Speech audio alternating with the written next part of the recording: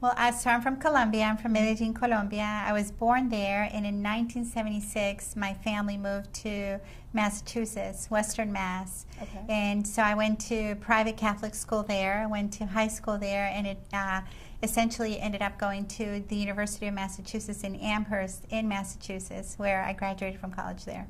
And you know, it's funny because I had a recurring dream always as a kid that I wanted to be a judge. That was my dream, and not just any judge, a Supreme Court justice. So that was that was a dream.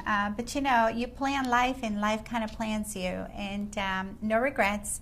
But that's exactly what I did through school at the University of Massachusetts. My degree, my bachelor's, was in political science. Okay.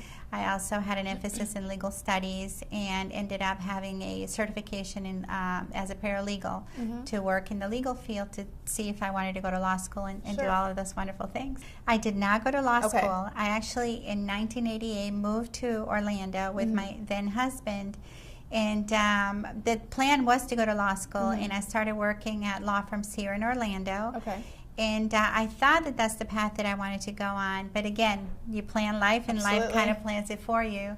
And while I was working for all these law firms, I became pregnant with my son, and also went through a divorce. And so my son was 2 years old when I was going through a divorce. A lot of things happened during that time that had me postpone going to law school, maybe part of that traditionalist life that my mom wanted for me. And I felt that I needed to make my son my priority.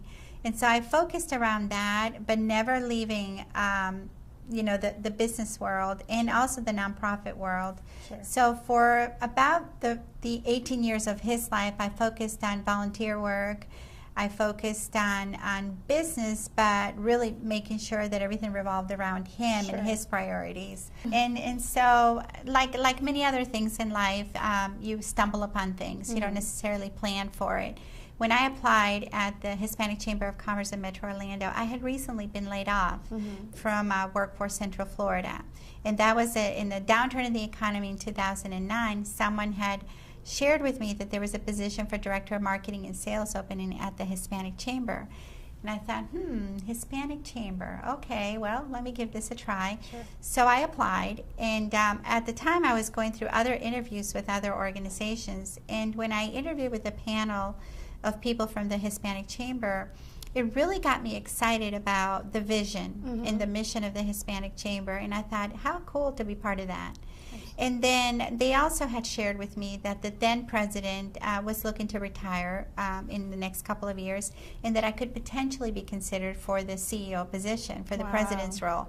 And I thought, okay, even more of an incentive to try and give this a try. And when I first took on the position, I wasn't sure if I did the right thing. I was kind of scared, thought that I had bit more than I could chew. And as the challenges were coming, and I found myself wanting challenges and wanting to take them, and I had dreams and visions and ideas, and I had a lot of passion for the organization, and found myself working day and night.